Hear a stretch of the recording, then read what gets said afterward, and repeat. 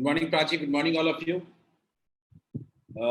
आज हम लोग एक नया चैप्टर शुरू करने वाले हैं, कैपेसिटर्स। लास्ट डे हमने इलेक्ट्रोस्टैटिक्स खत्म किया था और एक कैपेसिटर को अगर देखें तो ये उसी का एक्सटेंशन है, लेकिन हम लोग कैपेसिटर को जनरली अलग से पढ़ते हैं, ठीक है, क्योंकि ये इससे इसका इम्पोर्टेंस शो करता है।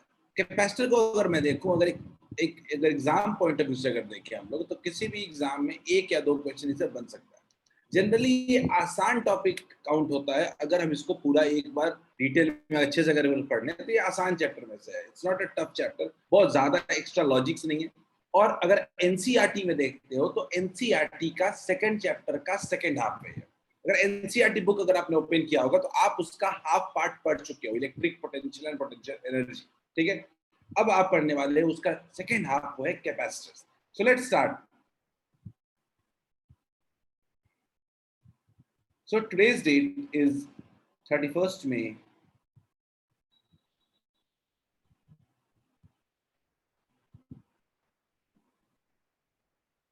शुरू करते हैं सबसे पहले, what do we mean by capacitors or even capacitance? What do we mean by capacitor और capacitor?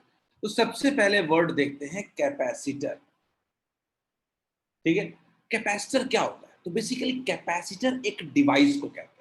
अगर मैं कैपेसिटर वर्ड को देखूं तो कैपेसिटर बेसिकली मेरे में पहला वर्ड जो आता है बेसिकली क्या है, एक डिवाइस है। मेरे दिमाग में क्या क्या वर्ड्स क्लिक करते हैं इस वर्ड को देखे, कैपेसिटर। दूसरा, बेसिकली ये कंडक्टर है, बेसिकली एक कंडक्टर है और कॉम्बिनेशन ऑफ कंडक्टर्स, कंडक्टर और कॉम्बिनेशन ऑफ कंडक्टर्स। उन वर्ड्स के पीछे जा रहा हूं जो मेरे दिमाग में आ रहे हैं, कॉम्बिनेशन ऑफ कंडक्टर्स। हो सकता है एक सिंगल कंडक्टर, हो सकता है कॉम्बिनेशन ऑफ कंडक्टर्स, ठीक है। तो कैपेसिटर को वर्ड को सुन के सबसे पहले दिमाग में आता है, अच्छा एक डिवाइस है, जैसे एक रेजिस्टर होता है वैसे एक कैपेसिटर होता है, ठीक है। ये क्या होता है? तो एक कंडक्टर या कॉम्बिनेशन ऑफ कंडक्टर्स होता है, ठीक है। इसका मकसद क्या है, वो इसका एम क्या है, what does it intend to do? तो ये क्या करता है? Store charge, store charge. ये चार्ज स्टोरिंग डिवाइस है। ये एक तरीके का कैसा डिवाइस है? ऐसा डिवाइस है जो चार्ज को स्टोर करता है, ठीक है। अगर इसके बारे में और आगे जानने की कोशिश करें हम लोग, तो बेसिकली इट स्टोर्स एनर्जी। सब चीजों के बारे में हम बात करेंगे, कैसे कैसे करता है। It stores energy in form of potential energy, in form of potential energy.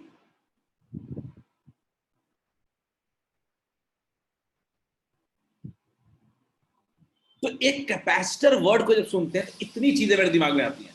मुझे लगता है कि अब बहुत क्लियर है आपको कि आप कैपेसिटर का डेफिनेशन बना सकते हो।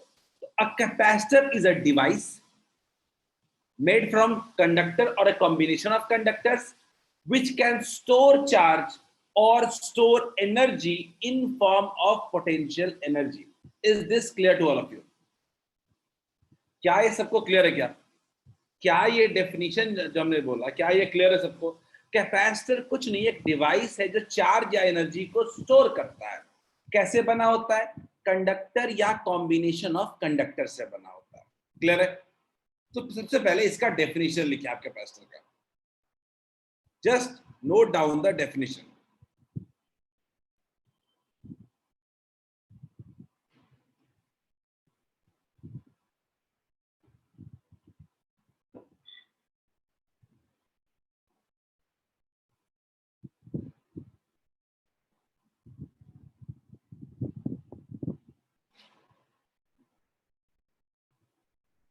First, note down the definition of what do we mean by a capacitor. यानी हम एक चार्ज और एनर्जी स्टोरिंग डिवाइस के बारे में बात करने वाले हैं।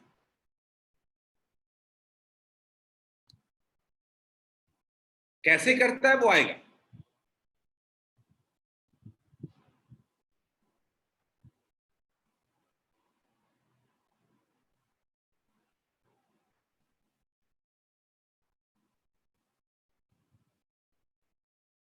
आप ये जो डेफिनेशन हमने लिखा है, और आप इन चारों पॉइंट्स को मिला करके खुद से भी एक डेफिनेशन बना सकते हो।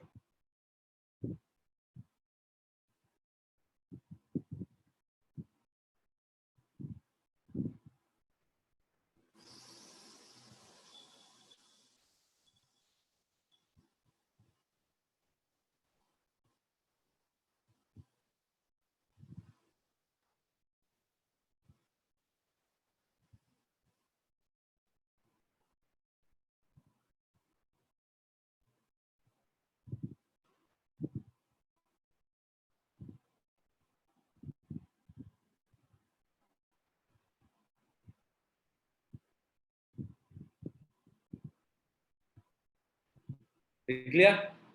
एक वर्ड हमारे नजर में और आएगा बार बार, वो है क्या है? कैपेसिटेंस। कैपेसिटेंस। अब ये क्या वर्ड है? अगर मैं बोलूं कैपेसिटेंस के बारे में, तो कैपेसिटेंस बेसिकली कुछ नहीं है, it is the ability, it is the ability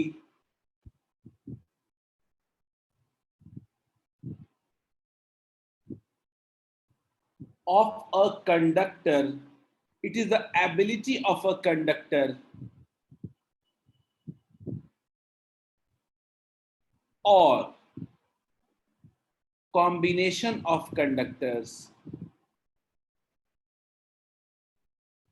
or combination of conductors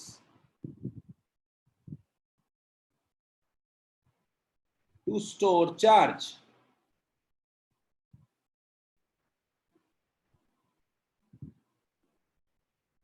clear? और एनर्जी भी कह सकते हैं। तो basically it is the ability of a conductor और combination of conductors to store charge. यानी कैपेसिटर एक डिवाइस है, कैपेसिटर एबिलिटी को कहते हैं। बिल्कुल रेजिस्टेंस और रेजिस्टर की तरह है ये। क्लियर है सबको?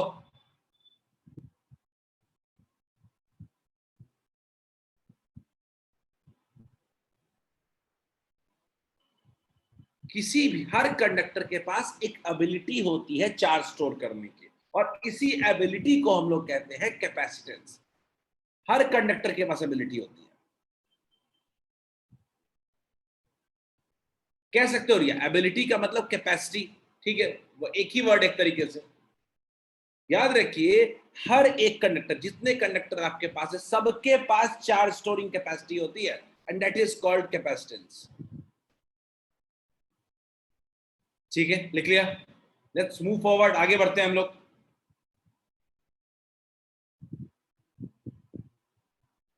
ठीक है, अब एक सवाल आता है कि capacitance of an isolated capacitor, ठीक है?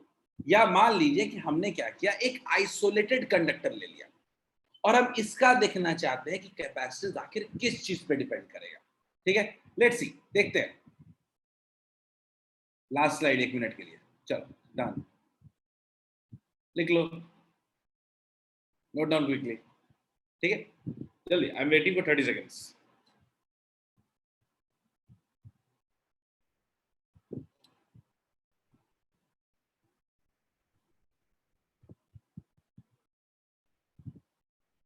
डन, ग्रेट, आगे बढ़ो। अब हम एक आइसोलेटेड कंडक्टर में देखना चाहते हैं कि आखिर ये कैपेसिटेंस होता क्या है, समझने की कोशिश करते हैं। तो हम क्या देखते हैं कि मान लीजिए मेरे पास कोई कंडक्टर है,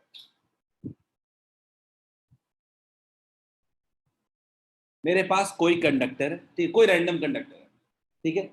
आपको सबको पता है एक बात, कि अगर हम इसमें चार्ज देते हैं, मान लीजिए अगर इसमें हम चार्ज देते हैं कुछ क्यू, या अगर मैं बोलूं कि मैं इसमें चार्ज देता हूं क्यू, ठीक है? तो जितना ज्यादा चार्ज होगा कंडक्टर का, उतना ही ज्यादा पोटेंशियल होगा। तो कई बार पढ़ते आ रहे हैं, पोटेंशियल का फॉर्मूला भी क्या था? के क्यू बाई आर था। तो जितना ज्यादा हम चार्ज देंगे, उतना ही ज्यादा पोटेंशियल होगा। यानी किसी भी कंडक्टर में जितना ज्यादा चार्ज देंगे, उतना ही ज्यादा पोटेंशियल होगा। और इसका वाइस वर्सा भी ट्रू है, जितना ज्यादा पोटेंशियल होगा उतना ही ज्यादा चार्ज होगा। मानते हो क्या इस बात को? क्या हम एक बड़े सिंपल वर्ड्स में कह सकते हैं क्या कि फॉर एन आइसोलेटेड कंडक्टर, ये क्या आइसोलेटेड का मतलब अकेला इकलौता कंडक्टर है, फॉर दिस आइसोलेटेड कंडक्टर हम कह सकते हैं क्या कि Q will be directly proportional to potential, कह सकते हैं क्या?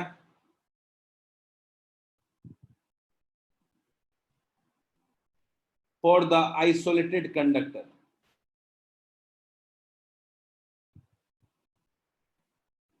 फॉर द आइसोलेटेड कंडक्टर, बोलिए कह सकते हैं क्या Q is directly proportional to V? किसी को दिक्कत है क्या? मैं कह रहा हूं एक कंडक्टर में जितना ज्यादा चार्ज दोगे उतना ही ज्यादा पोटेंशियल होगा, लेकिन जितना ज्यादा पोटेंशियल होगा उतना ही ज्यादा चार्ज होगा, ये वाइस वर्सा ट्रू है। तो हम बड़े सिंपल वर्ड्स में कह सकते हैं कि Q is directly proportional to V। और यहीं पे एक टर्म आता है, यहीं पे एक टर्म आता है, एक कांस्टेंट आता है मेरा, उस कांस्टेंट को कहते हैं क्या? C। सी एक्चुअली अगर यहां पे देखो, सी अगर एक्चुअली देखो तो सी क्या है? सी कुछ नहीं है बल्कि प्रोपोर्शनैलिटी कांस्टेंट है। सी बेसिकली क्या है? Proportionality constant. प्रोपोर्शनैलिटी कांस्टेंट किसी भी रिलेशन में जो यूज होता है, proportionality constant, which is also known as capacitance। Capacitance, इसी को हम लोग क्या कहते हैं? कैपेसिटेंस कहते हैं। क्लियर है? C Q equals to C into V, जितना ज्यादा चार्ज हम देंगे उतना ही ज्यादा वोल्टेज होगा। तो यहाँ पे जो C आता है मेरा, यही C होता है capacitance of the conductor, that is called capacitance of the conductor. अगर कैपेसिटेंस की बात करें हम लोग तो इसका कैपेसिटेंस का C इक्वल्स टू अगर हम बात करें तो C इक्वल्स टू होता है Q upon V। C equals to होता है Q अपॉन V। याद रखिएगा, इसका यूनिट क्या हो सकता है? इसका यूनिट क्या हो सकता है? यूनिट हो सकता है इसका कूलम पर वोल्ट और फराड, इसका यूनिट होता है फराड। याद रखिएगा, इसका यूनिट होता है फराड, कैपेसिटेंस का यूनिट होता है फराड। अगर मैं यहां से शुरू कर दूं कैपेसिटेंस के बारे में बताना, इसके कैपेसिटेंस के बारे में बताना शुरू करते हैं तो कैपेसिटेंस होता है Q बाई V या कूलम पर वोल्ट, और इसका यूनिट होता है फराड। बेसिकली ये एक स्केलर क्वांटिटी है, बेसिकली ये एक स्केलर क्वांटिटी है।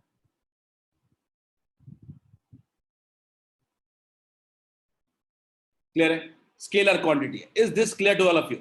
हमने बोला कि किसी भी कंडक्टर में C क्या होता है? चार्ज पर यूनिट वोल्ट। C होता है चार्ज पर unit volt, Q by V। Clear है क्या? जल्दी लिखो इसको। For an isolated conductor C equals to Q by V, हमने एक नया टर्म इंट्रोड्यूस कर दिया है जो कि हर कंडक्टर के लिए होता है, कैपेसिटेंस।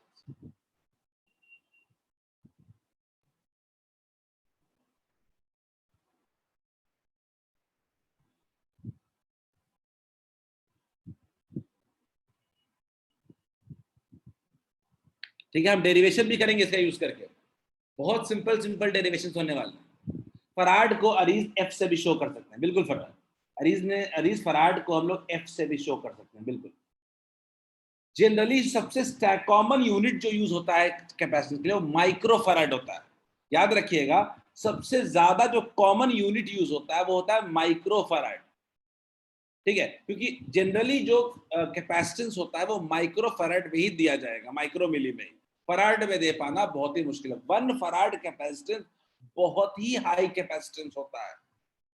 ठीक है, तो लिख सकते हैं, अगर थोड़ा एक पॉइंट और लिख सकते हैं, generally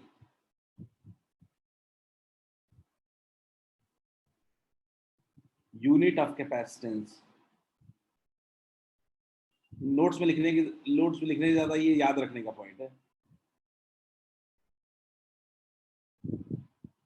capacitance is microfarad. Microfarad generally unit of capacitance, unit of capacitance is microfarad. Clear है? ये सिंपल ऐसा यूनिट की बात करूं तो क्या होगा? फराड होगा। या कूलम पर वोल्ट होगा। क्लियर है सबको? Is this clear?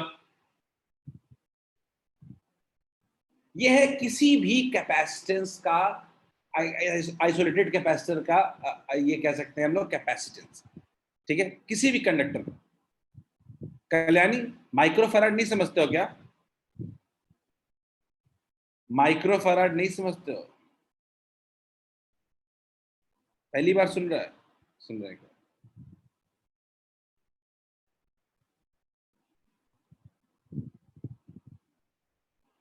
1 microfarad equals to 10⁻⁻⁶ farad.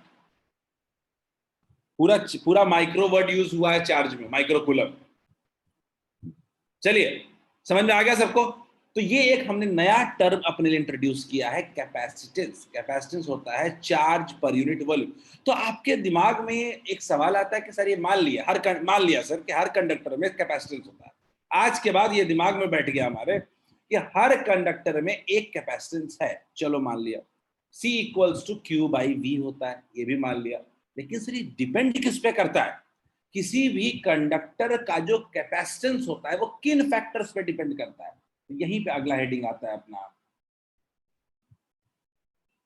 Capacitance of N isolated conductor depends on following factors. ठीक है, किन किन फैक्टर्स पे डिपेंड करता है? पहला factor, shape and size of the conductor. दूसरा, सराउंडिंग मीडियम। और तीसरा, प्रेजेंस ऑफ अदर कंडक्टर्स। ठीक है, अब बड़ी सिंपल सी बात कह रहा हूं, आप इन तीनों पॉइंट को बस लिख लो, तीनों पॉइंट को लिख लो, क्योंकि इसका एक्सप्लेनेशन अभी 10 मिनट के बाद दूंगा। ठीक है, तुरंत समझ में आएगा कैसे मैं जो कहना चाहता हूं वो बात आपको 10 मिनट के बाद समझ में आएगी। ठीक है, तो आखिर कोई सवाल पूछे कि किसी भी आइसोलेटेड कंडक्टर का कैपेसिटेंस किन किन फैक्टर्स पर डिपेंड करता है? ठीक है, तो पहला है shape and size of the conductor, दूसरा है सराउंडिंग मीडियम, उसके आसपास का कैसा है, और तीसरा प्रेजेंस ऑफ अदर कंडक्टर्स। ठीक है, बट एक सवाल और होता है, यहां पर,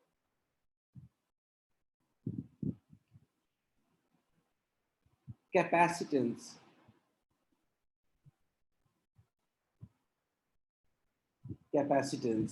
do not depend upon, do not depend on, ये भी तो कुछ होगा, किस पे डिपेंड नहीं करता है। तो पहला पॉइंट, चार्ज, ये चार्ज पे डिपेंड नहीं करता है।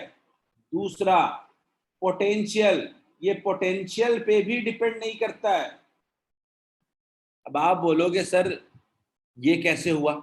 चार्ज पे डिपेंड नहीं करता, पोटेंशियल पे डिपेंड नहीं करता, तो हम इसके बारे में तुरंत पहुंचेंगे।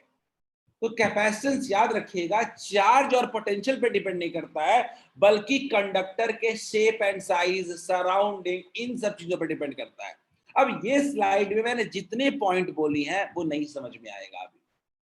अगले स्लाइड में इसको समझा करके मैं फिर इस पे आऊंगा और आपको 80% पॉइंट्स क्लियर होंगे। 80%, नॉट सेइंग 100%। एक पॉइंट बचेगा इसमें जो बाद में क्लियर करेंगे। क्या लिख लोगे क्या सब लोग जल्दी से? आइसोलेटेड कैपेसिटर कहो या आइसोलेटेड कंडक्टर कहो, कोई फर्क नहीं पड़ता है, क्योंकि हमने तो पहले ही बोल दिया हर कंडक्टर के पास कैपेसिटेंस होता है। Sir can we say C equals to R by K where V equals to KQ by R? आते हैं ना राघवेंद्र? मैं आपके पॉइंट पे आ रहा हूं, एक सेकेंड, एग्जैक्टली मैं वही पहुंचना चाहता हूं।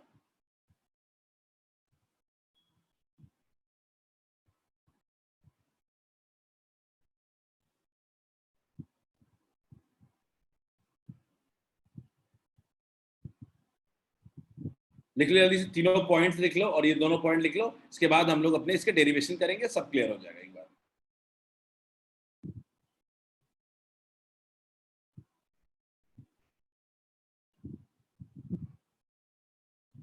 लिख लिया?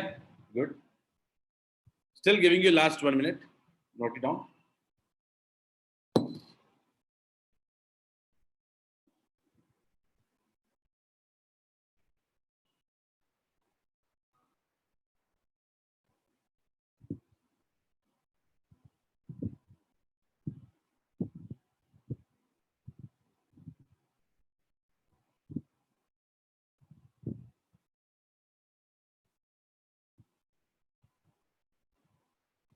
देख लिया क्या? मैं आप लोगों को एक थोड़ा सजेशन देना चाहूंगा, आप लोगों को। अगला जो हेडिंग डालने वाले हो ना, हेडिंग इंपॉर्टेंट है। पहले तो capacitance of an isolated spherical capacitor मत लिखो, कंडक्टर लिखो। ठीक है कि अब तो मैं आज के बाद ये कहूंगा कि हर कंडक्टर तुम्हारा कैपेसिटर है, क्योंकि हर कंडक्टर के पास कैपेसिटेंस होता है और हर कैपेसिटर भी एक कंडक्टर होता है। तो मिला जुला करके बेटर होगा कि capacitance of an isolated spherical capacitor के साथ स्लैश में कंडक्टर भी लिख लीजिए आप। ठीक है, कंडक्टर भी लिख लीजिए। मेरे पास एक सिंपल सा स्फेरिकल कंडक्टर है, मैं इसमें कैपेसिटेंस निकालना चाहता हूँ, सीधा हिसाब है। ठीक है, मैं इसमें कैपेसिटेंस निकालना चाहता हूँ, कैसे निकालेंगे? तो मैंने क्या देखा, ये आर रेडियस का है, ये क्या है, ये आर रेडियस का। ठीक है, मान लीजिए हमने इसको क्यू दे दिया, मान लिया कि हमने इसको चार्ज दे दिया क्यू। ठीक है, बड़ा एक दो लाइन का डेरिवेशन है। ठीक है, तो लिखते हैं, स्टेटमेंट लिखते हैं, क्योंकि इसमें 3 नंबर 2 नंबर मिलने वाले हैं, तो थोड़ा कहानी तो बनाना पड़ेगा। Consider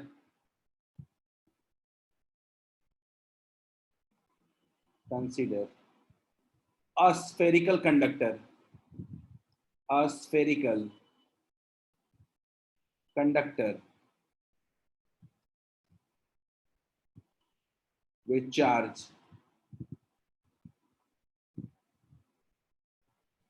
q and potential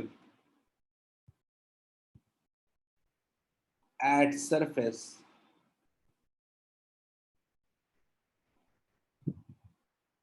is v, potential at surface is v। Clear है? सरफेस का पोटेंशियल कितना है, v है।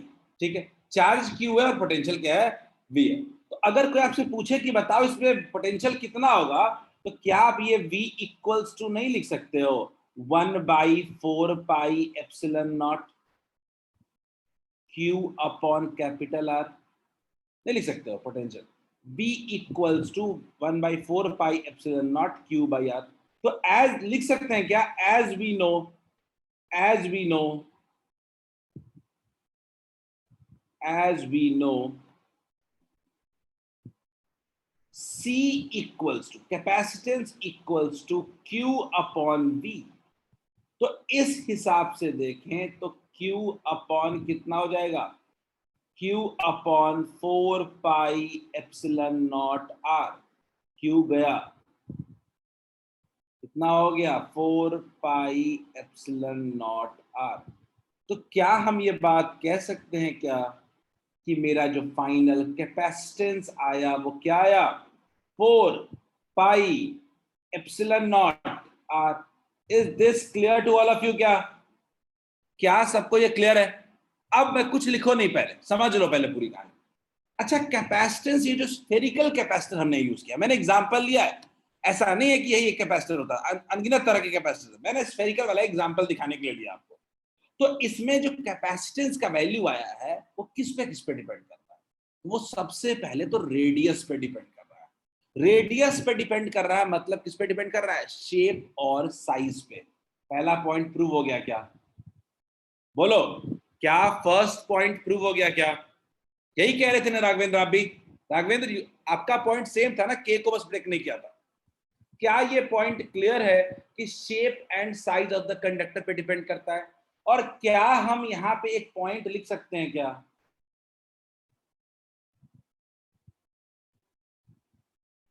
Larger the size higher the capacitance?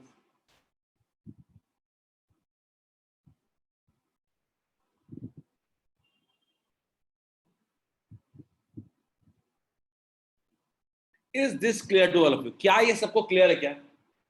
ध्यान रखना, अगर आपके पास नोट्स में अगर जगह है होगा, मैं आगे लिखवा, आप आगे लिख लो, आप आगे लिख सकते हो, आप एंड में लिख लेना। दूसरा पॉइंट, अच्छा यहाँ पे एप्सिलॉन नॉट भी है, क्या रिलेशनशिप है? मैं आपको सबको लिखने का जगह बताऊंगा। क्या एप्सिलॉन नॉट भी है क्या?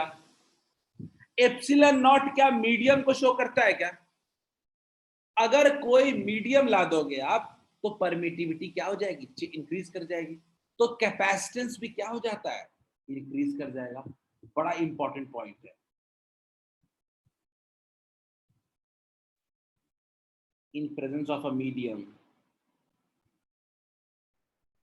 presence of a medium,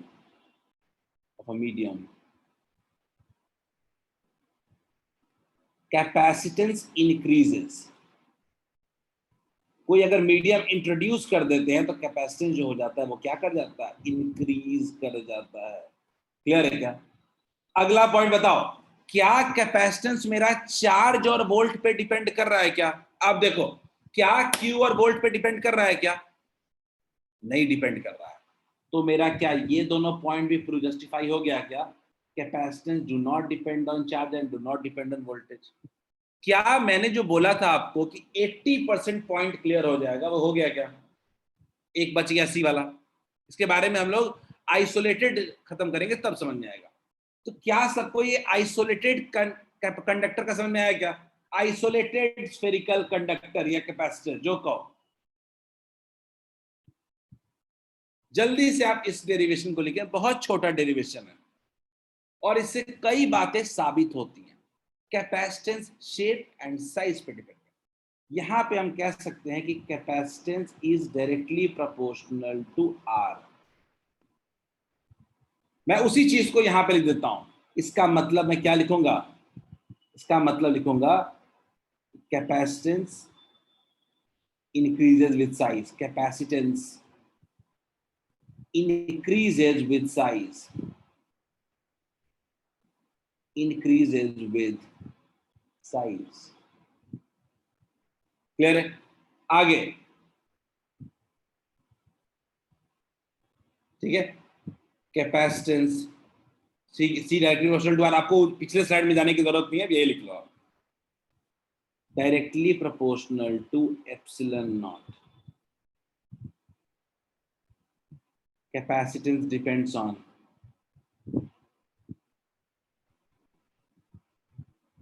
capacitance depends on surrounding medium, surrounding medium। समझ लेना है, capacitance depends on surrounding medium. चलो जल्दी नोट करो सब लोग।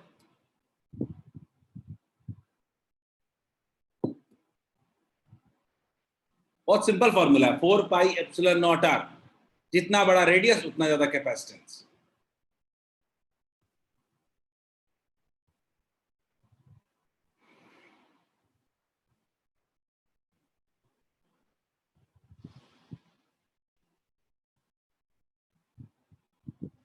किसी को भी कोई दिक्कत आ रही है ना, पहला टॉपिक है ये, तो पूछो। दिक्कत आ रही है, पहला टॉपिक है, किसी को भी समझने में तो पूछ सकते हो।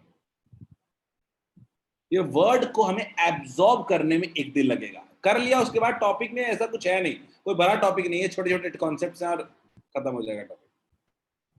काफी कुछ तो 10th के हेल्प से बन जाएगा ये सब चीजें। सीरीज पैरेलल पढ़ेंगे यहाँ भी, कैपेसिटेंस में भी।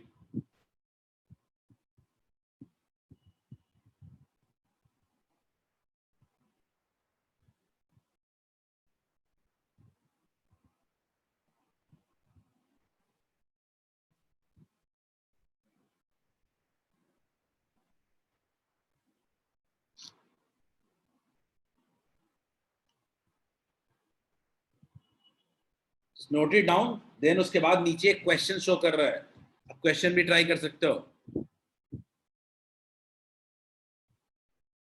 मैंने पोल भी लॉन्च किया है उसके लिए।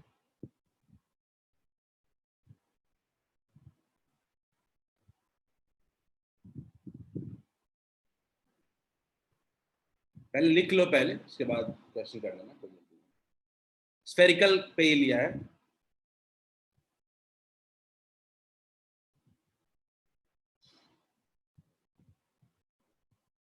देखते हैं रीज।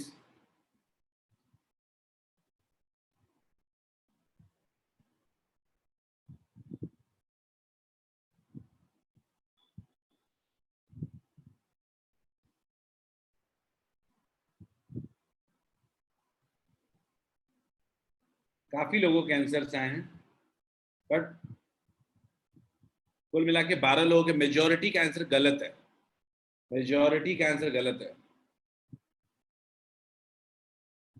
अध्याय कैसे सॉल्व किया ये भी बताएं चैट में।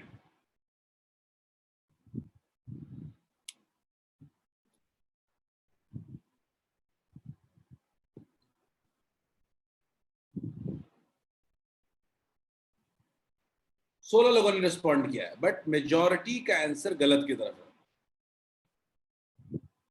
बिल्कुल सही है राघवेंद्र, वेरी गुड। ठीक है,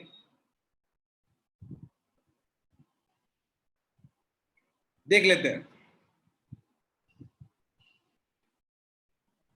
पहले तो मुझे कैपेसिटेंस के लिए सबसे जो बड़ी बात है ना, चार्ज से लेना देना ही नहीं है वैष्णवी। वैष्णवी में पहला तो ये चार्ज वार्ज पे दिमाग ही नहीं लगाऊंगा। मुझे मतलब क्या है चार्ज, मुझे साइज से मतलब है। तो मेरे पास पहले 8 सिमिलर ड्रॉप्स थे, 8 सिमिलर ड्रॉप्स थे। मान लेते हैं रेडियस इनका आर था, ठीक है। और ये 8 ड्रॉप्स थे कंबाइन होकर के एक बड़े ड्रॉप में कन्वर्ट विद कैपिटल आर, मान लेते यही है ना। तो अगर मैं कहूं कि 8 ड्रॉप का अगर देखूं तो 8 ड्रॉप का टोटल वॉल्यूम कितना हो जाएगा, 8 इंटू 4/3 पाई आर क्यूब।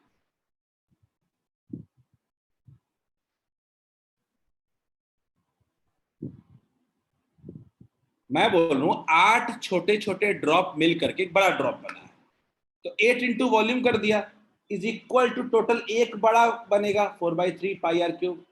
मुझे चार्ज से तो कोई लेना देना ही नहीं है, तो क्या लिख सकते हैं, क्या radius R cube equals to 8 small R cube. Clear है क्या। तो क्या हम ऐसे कह सकते हैं क्या कि आर अगर देखें तो ये 2 इंटू स्मॉल आर होगा, रेडियस कुछ नहीं डबल हो गया है।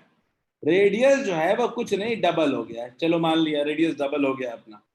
अगर मैं कहूं कि अगर मेरा जो कैपेसिटेंस है वो डायरेक्टली प्रोपोर्शनल टू रेडियस है, तो C1/C2 equals to bigger drop to smaller drop by R/स्मॉलर नहीं कह सकते हैं, तो क्या 2:1 नहीं कह सकते हैं, बोलिए। R/बाई स्मॉलर नहीं कह सकते हैं इसको, बड़े वाला बड़ा रेजिस्टेंस बाई छोटा रेजिस्टेंस, छोटा बड़ा रेडियस बाई छोटा रेडियस, तो कितना हो जाएगा 2:1। ठीक है, क्या सबको समझ में आया क्या। ये कुछ नहीं, एक ऐसी नॉर्मल क्वेश्चन था, क्वेश्चन में कुछ खास एडिशनल आपके कैपेसिटेंस कैपेबिलिटी को चेक नहीं करना चाहता था। ये दिखाना चाहता था कि कैपेसिटेंस का चार्ज से कोई लेना देना नहीं है, सिर्फ और सिर्फ साइज से लेना देना है, और साइज निकालने का तरीका आपको पता होना चाहिए। छोटे छोटे 8 ड्रॉप्स एक बड़ा ड्रॉप में बदल रहा है, मतलब कि सीधी सीधी बात है, वॉल्यूम तो सेम ही रहेगा। क्या सबको ये क्लियर है।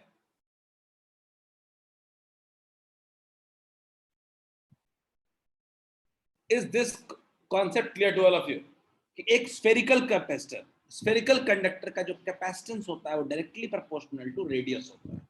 ज्यादा बड़ा रेडियस ज्यादा बड़ा चार्ज स्टोरिंग कैपेसिटी, रेडियस बड़ा होगा तो चार्ज स्टोरिंग कैपेसिटी भी ज्यादा होगी। ठीक है, चलिए, होपफुली ये समझ में आ गया होगा, क्लियर है। अब एक सवाल आपके दिमाग में और आना चाहिए कि सर आपने थोड़ी देर पहले बोला था कि सर ये एनर्जी भी स्टोर करता है, वो कैसे, वो कैसे एनर्जी कैसे स्टोर करता है, इसको भी हमें थोड़ा समझने की जरूरत है। ठीक है, तो अभी तक मान लीजिए कि मैं हेडिंग डाल रहा हूं पोटेंशियल एनर्जी और self energy of N isolated conductor, कि चार्ज स्टोर किया हम देख लिए क्यों, अब ये एनर्जी कैसे स्टोर करता है। हेडिंग है पोटेंशियल एनर्जी और self energy of N isolated conductor. अभी तक हम आइसोलेटेड की बात की है, कॉम्बिनेशन ऑफ कंडक्टर्स की बात नहीं की, सिंगल कंडक्टर की बात कर रहे हैं अभी तक हम। कैपेसिटर दो तरह के हो सकते हैं, सिंगल से और एक कॉम्बिनेशन से, हम सिंगल की बात कर रहे हैं। सिंगल ले लिया, स्फेरिकल कंडक्टर, चलो मान लिया एक स्फेरिकल कंडक्टर ले लिया, अब चार्ज कितना है, अब चार्ज ले लिया मान लेते हैं क्यू, गिवन चार्ज क्यू है। ठीक है, मान लेते हैं रेडियस क्या है आर, ठीक है, पोटेंशियल क्या है पी, ठीक है। मान लीजिए, अब मैं लिख देता हूँ थोड़ा स्टेटमेंट, ठीक है, कंसीडर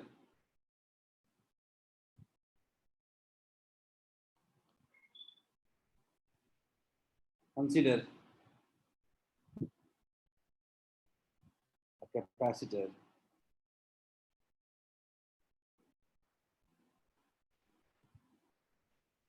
या सीधा सीधा कैपेसिटर लिखने की जरूरत नहीं. Consider a spherical conductor. A spherical conductor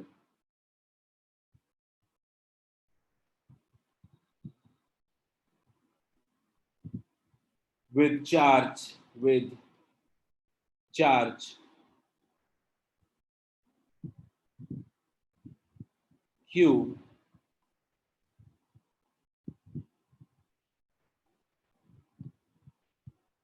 at a time and potential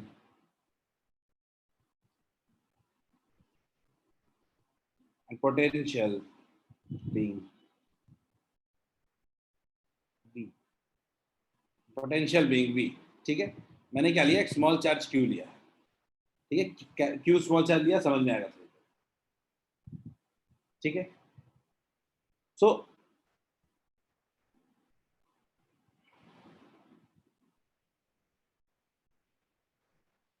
to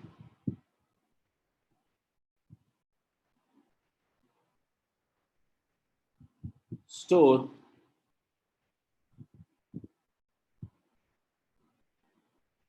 extra charge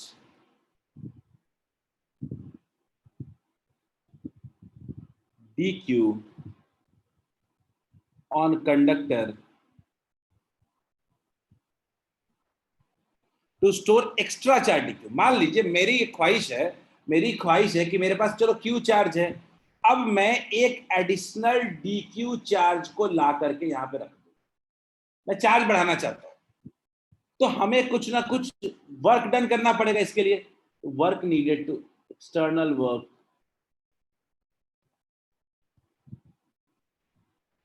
required is needed. अब एक्सटर्नल वर्क कितना होगा, तो work done by external agent जो होगा, work done by external agent कितना हो जाएगा, work done by external agent हो जाएगा dq into v. Work done by external agent हो जाएगा, याद करिए, work done by external agent कितना हो जाएगा, v इंटू dq हो जाएगा. ठीक बात है क्या, v इंटू dq कैसे आप समझते हैं, तो आपको याद होगा कि वर्क डन क्या होता है, Q चार्ज इंटू पोटेंशियल पढ़ा था ना, कल लास्ट क्लास कल ही तो पढ़ा है. तो work done by external agent कितना हो जाएगा, V इंटू dq. हम जानते हैं कि V इक्वल्स टू Q कुछ नहीं होता है, Q अपॉन C है. तो क्या वैल्यू पुट कर दें क्या, Q upon C into dq. और मैं टोटल वर्क नहीं निकाल रहा हूं, इस छोटे से चार्ज को ऐड करने के लिए वर्क निकाल रहा हूं, इस छोटे से चार्ज को वर्क करने को ऐड करने के लिए निकाल रहा हूं. अगर टोटल वर्क डन निकालूं, अगर टोटल एक्सटर्नल वर्क निकालने की कोशिश करूं अगर, तो ये क्या हो जाएगा, dw एक्सटर्नल का इंटीग्रेशन हो जाएगा. इंटीग्रेशन होगा तो क्या हो जाएगा, q by C into D Q. q by C into D Q. Clear है क्या, अगर मैं देखूं यहां पे तो 1/c कॉमन ले लेंगे, क्या हो जाएगा, q dq. और कहां से कहां चार्ज ऐड करना है, मान लीजिए इनिशियल चार्ज 0 है और फाइनल चार्ज कैपिटल Q है, क्या हो जाएगा, हाँ 1/c. इंटीग्रेशन कितना हो जाएगा, q square by 2, Q square by 2, 0 से लेके कैपिटल Q तक. फाइनल फॉर्मूला कितना आ गया, work done by external agent equals to Q square by 2c. Is this clear to all of you. हमें इतना चार्ज को ऐड करने के लिए हमें इतना वर्क करना पड़ेगा, और यही वर्क किस फॉर्म में स्टोर हो जाएगा, पोटेंशियल एनर्जी के फॉर्म में. क्लियर है क्या, यही वर्क डन जो होगा वो पोटेंशियल एनर्जी के फॉर्म में स्टोर हो जाएगा. Is equal to, hence potential energy stored equals to कहते हैं हम लोग क्यू स्क्वायर बाई 2c। जल्दी इसको लिख लीजिए, कोई भी दिक्कत हो तो बताओ, जल्दी यहां तक लिखो सब लोग। मैंने बोला कि अगर मुझे क्यू चार्ज को पूरा ऐड करना है उस पर, तो मुझे total Q square by 2c work करना पड़ेगा, और वर्क जो कर रहे हैं वही उसमें एनर्जी के फॉर्म में क्या हो जाएगा, स्टोर हो जाएगा। निधि, टोटल चार्ज क्यों नहीं हिलती? निधि मैंने बोला, क्वेश्चन देखो निधि, मैंने स्टेटमेंट पढ़ो एक बार, ठीक है। मैंने बोला है कि consider a spherical conductor with charge Q, small Q, at a time, at a time, किसी वक्त पे, ठीक है, टाइम एंड पोटेंशियल। मैं ऐसा समझ रहा हूं कि मान लीजिए इनिशियली चार्ज कैपेसिटर पे 0 था, और धीरे धीरे हम चार्ज को इंक्रीज करके चार्ज को लेके जा रहे हैं कैपिटल क्यू। किसी वक्त पे मेरा जो चार्ज था वो स्मॉल क्यू, ठीक है। इज इट क्लियर क्या? निधि, वैष्णवी, क्या ये क्लियर है क्या? सिद्धांत, आपका भी डाउट यही था? सिद्धांत क्लियर है क्या? मैं बोल रहा हूँ इनिशियल नहीं था सिद्धांत, सिद्धांत मैंने बोला किसी टाइम पे, मैंने बोला कि शुरुआत 0 से कर रहे हैं, पहुंचना है कैपिटल क्यू तक, तो बीच में मान लिया किसी वक्त पे चार्ज क्या था, small Q. Is it clear क्या? क्या मेरी बात समझ में आ रही है? होता है ना कि मान लो किसी एक सर्टेन टाइम पे ये हालत है। पूरा स्टेटमेंट समझो कैसे समझ रहा हूं। उस छोटे से एक्स्ट्रा चार्ज को ऐड करने के लिए हमको कुछ वर्क करना पड़ जा रहा है, छोटा सा एक्स्ट्रा चार्ज को ऐड करने के लिए। मैंने वो देख लिया, मैंने बोला टोटल वर्क कितना करना पड़ेगा, इंटीग्रेट कर लिया। बहुत सिंपल डेरिवेशन है ये, लेकिन समझना बहुत जरूरी है। सिर्फ इंटीग्रेशन के नाम पे आप याद नहीं कर सकते इसको। आपको इसके दो डेरिवेशन, इसका मैथमेटिकल पार्ट एक लाइन का ही है इसका, और अगर आप पूरा मैथमेटिकल पार्ट समझ रहे हो क्यों हो रहा है, कहानी वानी सब अब लिख लोगे आप। डेरिवेशन की यही खासियत है, आपको मैथमेटिकल पार्ट या समझ जाना चाहिए, बस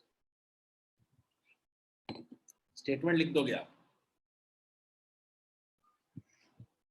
ये ऊपर की यहां तक की जो कहानी, नीडेड तक की कहानी है ना, आप खुद से लिख सकते हो आप। उसमें बस आदत लगवाना चाह रहा हूं कि डेरिवेशन कैसे लिखना है, जल्दी लिखें। तो अभी तक हमने ले लिया पोटेंशियल एनर्जी कैसे स्टोर होता है, ये देख लिया हमने। थोड़ा इसके बारे में और बात करेंगे हम लोग।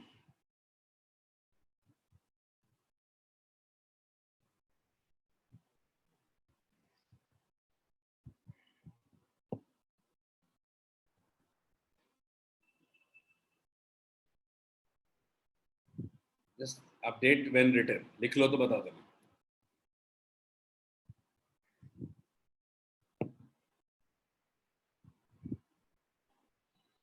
अब आपको ये समझ में आ रहा होगा कि जो कंडक्टर होता है वो सिर्फ चार्ज स्टोर नहीं करता है, अपने अंदर एक एनर्जी भी स्टोर करता है, ठीक है। अब ये जो कंडक्टर कंडक्टर मैं बार बार बोल रहा हूं, यही एक्चुअली स्टोरिंग कैपेसिटी की वजह से इसको कैपेसिटर भी कह सकते हैं।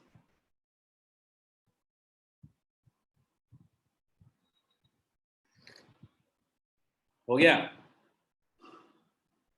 मैं थोड़ा कुछ और पॉइंट्स बताना चाहता हूं, लेकिन मेरे पास स्पेस नहीं है, तो मैं इसी में साइड स्पेस को यूज करूंगा।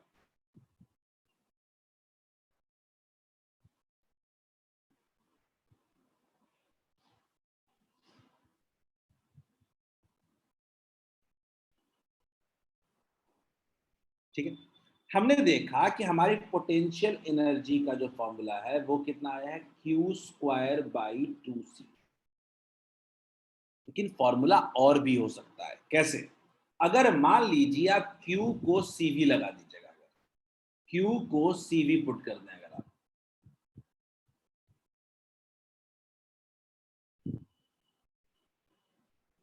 CC कैंसिल हो जाएगा, एक कितना हो गया, हाफ CV स्क्वायर। ये भी बड़ा इंपॉर्टेंट फॉर्मूला है। मेरा दूसरा इंपॉर्टेंट फॉर्मूला आ जाता है हाफ CV स्क्वायर। क्लियर है? क्लियर है क्या? बस कुछ नहीं किया है, बस Q के जगह CV पुट कर दिया। एक ही तो फॉर्मूला आपने को पता है, तो क्या capital Q equals to C into final V हो जाएगा ना। Q equals to C into final V हो गया। तीसरा, तीसरा कह सकते हैं इसमें, आप इसके नीचे लिखना सब कुछ के। अब हम लिख सकते हैं इस बार V को हटा देते हैं, V नहीं हटा चुके, C हटा देते हैं लोग। सी को क्या लिख सकते हैं, क्यू बाई वी लिख सकते हैं, क्यू बाई वी लिख सकते हैं, half Q by V into V square, ये कैंसिल हो गया। फाइनल फॉर्मूला क्या था, half into Q into V. एक और फॉर्मूला बन गया कैपेसिटी सेल्फ एनर्जी का, half into Q by V. कुल मिला के 3 इंपॉर्टेंट फॉर्मूले मेरे पास आए हैं।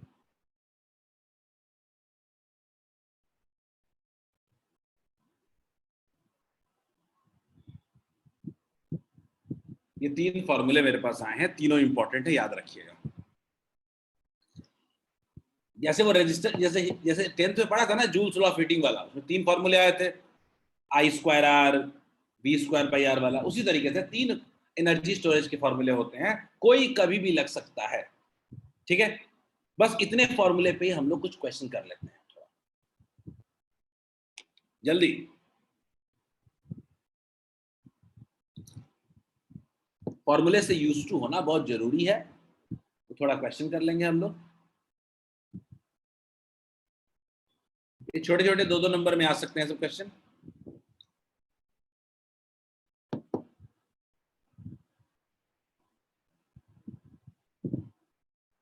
लिख लिया क्या, तो लिख लिया तो क्यों ना क्वेश्चन ट्राई करते हैं आप लोग, क्वेश्चन को ट्राई करें सब लोग। स्क्रीन पे आपका जो पार्ट लिख रहे हो वो भी है और क्वेश्चन भी दिख रहा है, सब लोग क्वेश्चन ट्राई करें। अपने को फॉर्मूले के यूज टू होना है।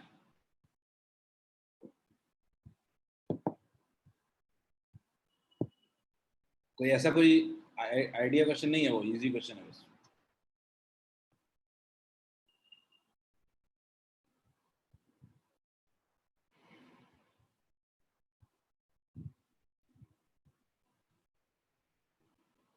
देखते हैं। 25 वैष्णवी, आर यू श्योर?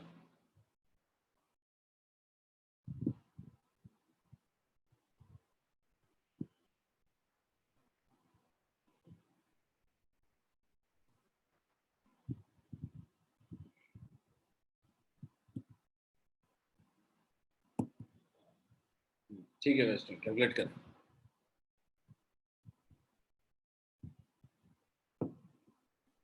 पहले का आंसर एक एक करके, चलो दूसरा मत बताओ मुझे, पहला बता दो। मुझे सब लोग पहले का आंसर बताने की कोशिश करें, सब लोग फर्स्ट बताओ।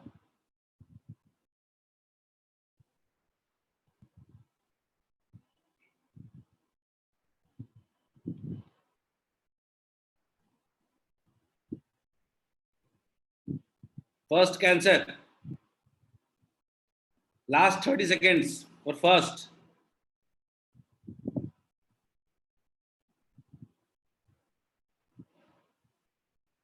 गिवन डेटा लिख ले, नहीं समझ में आया तो। क्यों नहीं आया समझ में, ये पता नहीं। 5 वोल्ट, तो C इक्वल्स टू कितना होगा, Q बाई वी। क्या लिख रहे हो, फर्स्ट का लिख रहे हो मीनू? दीदी फर्स्ट का 2C बाई वी लिख रहे हो?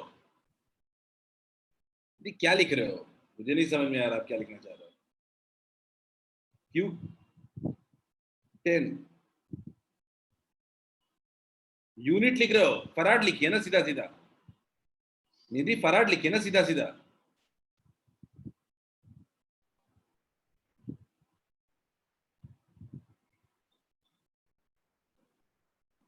टू फराड, रिया दे, क्या सबको 2 फराड आया क्या, एवरीवन? क्या आपको आंसर 2 फराड आ रहा है क्या?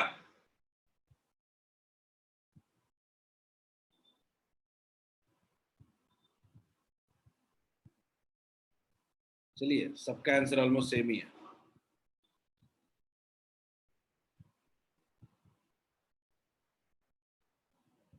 चलिए, फर्स्ट हो गया, सेकंड ट्राई करते हैं रिया। फर्स्ट वाला सही है आपका, सेकंड ट्राई करें everyone, go for second. Second में काफी कंफ्यूजन है, कुछ लोगों के 10 आ रहे हैं, कुछ लोगों के 15 आ रहे हैं, कुछ लोगों का 10 आंसर आ रहा है, कुछ लोगों का 15 आ रहा है, सानिया का 15 आ रहा है। ऐसा क्यों हो रहा है? कुछ लोगों का 15 भी आ रहा है। कुछ लोग का 10 आ रहा है। क्वेश्चन का स्टेटमेंट पढ़ते हैं। If now further 20 coulomb charge is supply to it, 20 coulomb charge supply कर देंगे तो क्या इसमें चार्ज 30 कूलम हो जाएगा क्या? बोलिए, क्या चार्ज 30 कूलम हो जाएगा? अच्छा, एक बात और, चार्ज के चेंज करने से कैपेसिटेंस चेंज होता है क्या? सीधा अंदाजा लगाओ, क्या कैपेसिटेंस चार्ज के चेंज होने से चेंज होता है क्या? बोलिए। तो क्या अगर वोल्ट निकालना होगा, क्या कह सकते हैं क्या?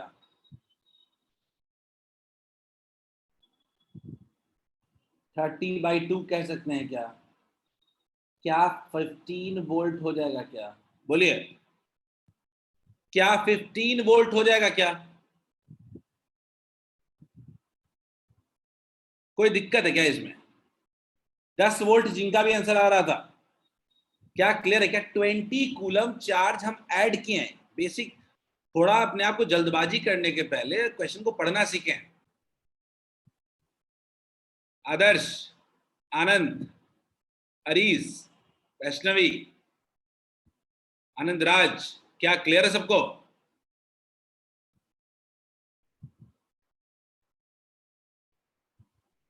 सिंपल क्वेश्चन था।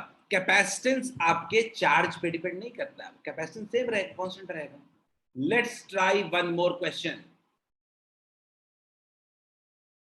ये तो सिंपल सवाल है, इसमें तो फॉर्मूला यूज करना सीखना है। फॉर्मूले से यूज टू होने के लिए क्वेश्चन दिया गया है बस आपको। जल्दी आंसर लाके वैल्यू दो बस, खाली माइक्रो पे ध्यान देना बस खाली।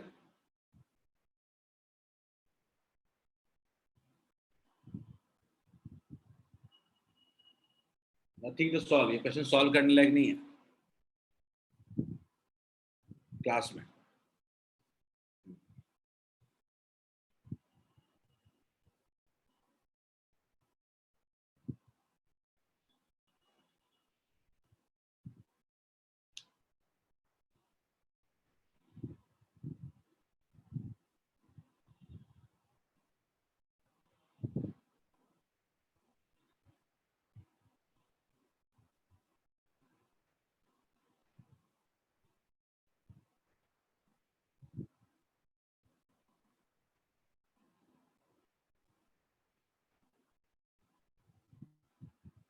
ठीक है कल्याणी, इसमें क्या ही है।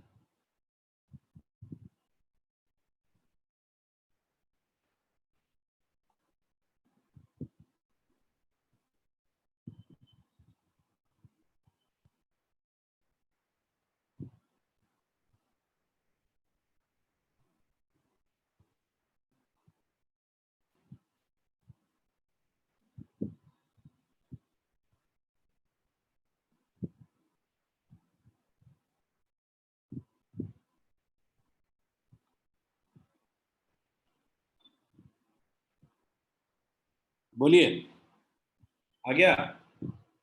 ये इसमें अब क्या ही सबका सॉल्व करवाओगे? Q बाई सी है, 1 हो जाएगा, 1 वोल्ट। क्लियर है क्या? ये सीधा सीधा 1 वोल्ट हो जाएगा। दूसरा,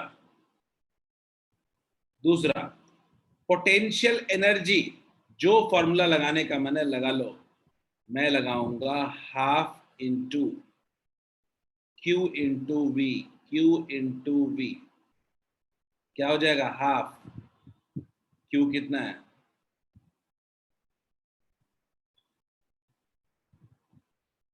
वोल्ट कितना है? 1। कितना हो गया? 5।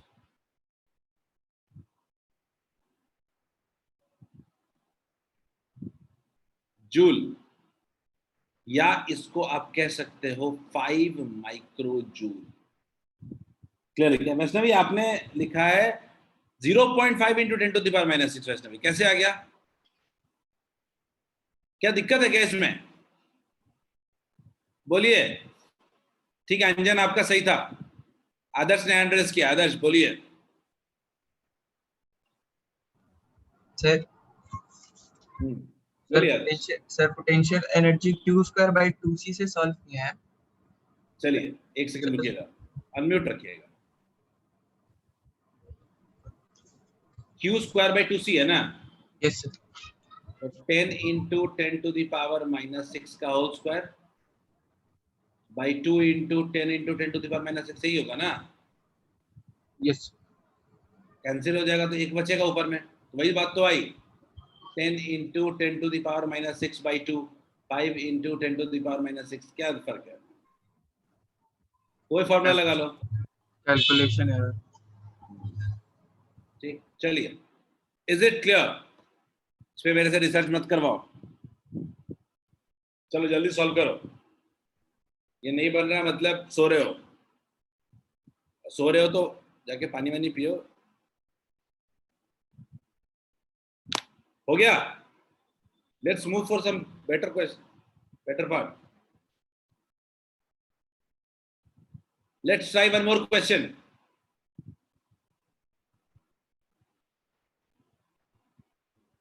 Try this question.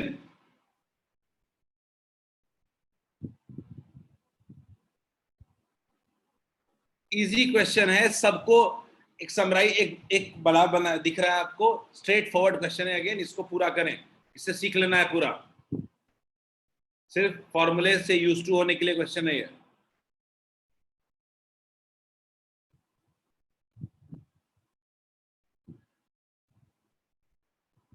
Try this one.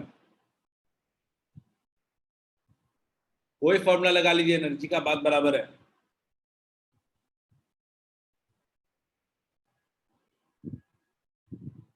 ठीक होगा कल्याणी?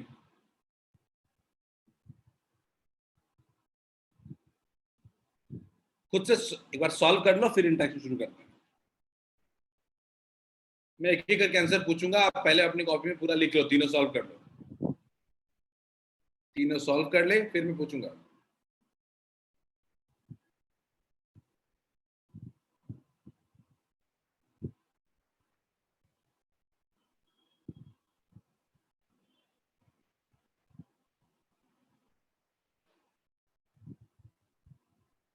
एफ की जगह एम हो गया अंजन, वो मीटर बन गया।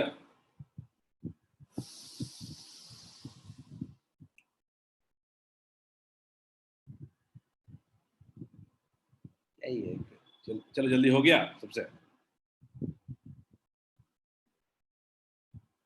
इसको बड़े प्यार से क्वेश्चन को सॉल्व करो, फॉर्मूला रिकॉल करो और आगे बढ़ो, इतना ही है।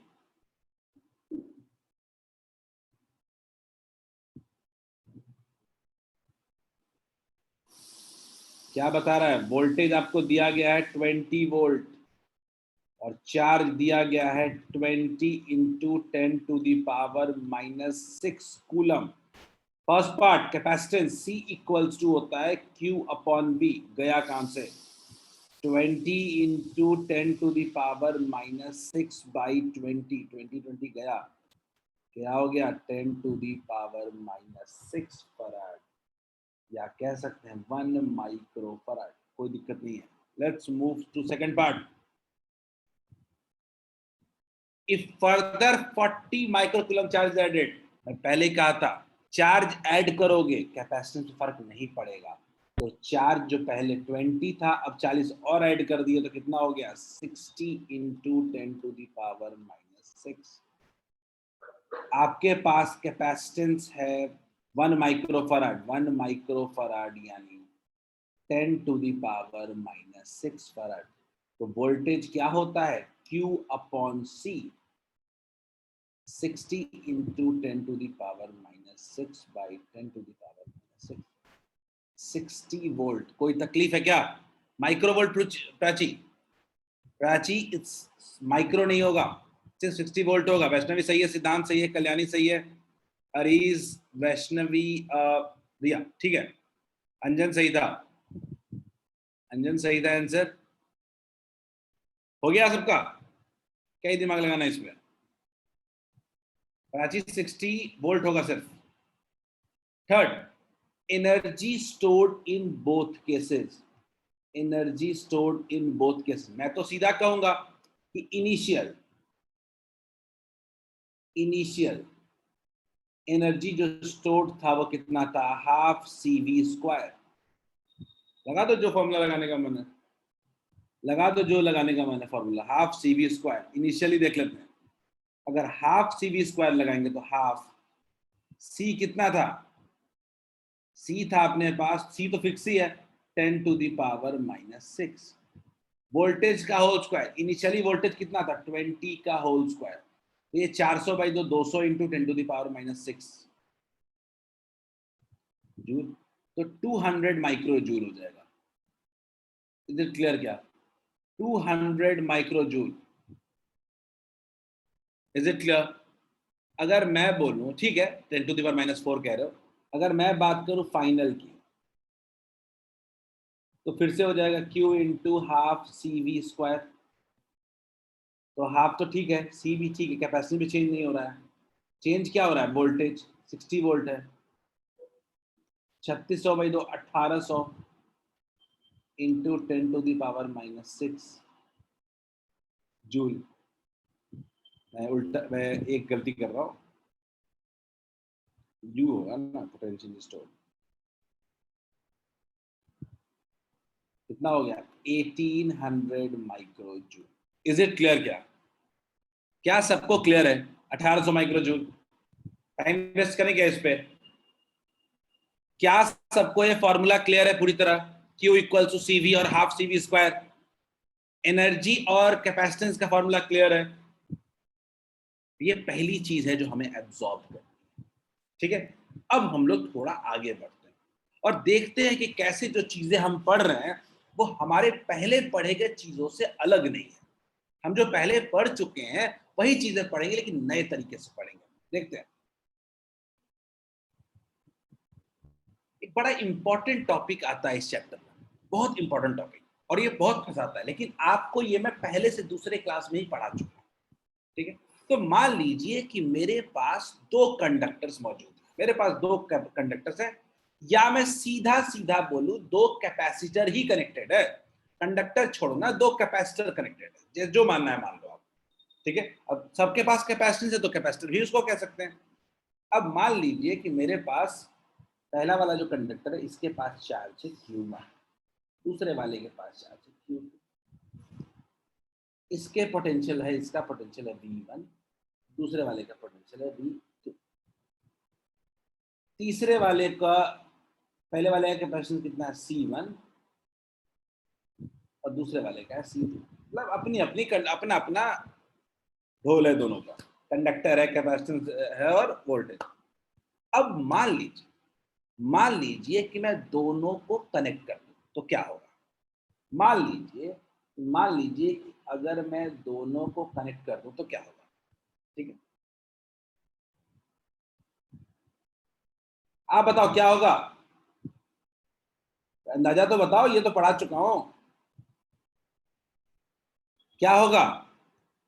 अरीज ने कहा पहले पोटेंशियल डिफरेंस क्रिएट होगा, चलो अरीज उसके बाद क्या होगा?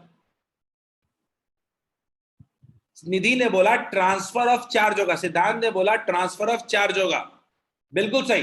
कैसे ट्रांसफर ऑफ चार्ज होगा? चार्ज फ्लो करेगा, बिल्कुल सही, मान लिया, आपको पढ़ा चुका पहले। आप सबने कहा कि सर चार्ज फ्लो करेगा, पर कैसे? पहला अरिज ने बोला कि सर पहले तो पोटेंशियल डिफरेंस क्रिएट हो जाएगा, दूसरा चार्ज फ्लो करने लगा, तीसरा अंजन ने बोला कि sir higher potential to lower potential charge flow करने लगेगा, बिल्कुल सही है। सॉरी, राघवेंद्र ने बोला और दोनों ने बोला, राघवेंद्र और अंजन ने। तो मतलब कंक्लूजन यही है ना कि जब दो कंडक्टर्स को हमने कनेक्ट किया, कैपेसिटर्स को, तो हायर पोटेंशियल से लोअर पोटेंशियल में चार्ज का फ्लो होना शुरू हो गया। डन डन अंडरस्टैंड हो गया। एक और सवाल इसमें कि मान लो फ्लो करने लगा, लेकिन कब रुकेगा? कब चार्ज का फ्लो जाके रुकेगा ये बताओ। When will the flow of charge stop?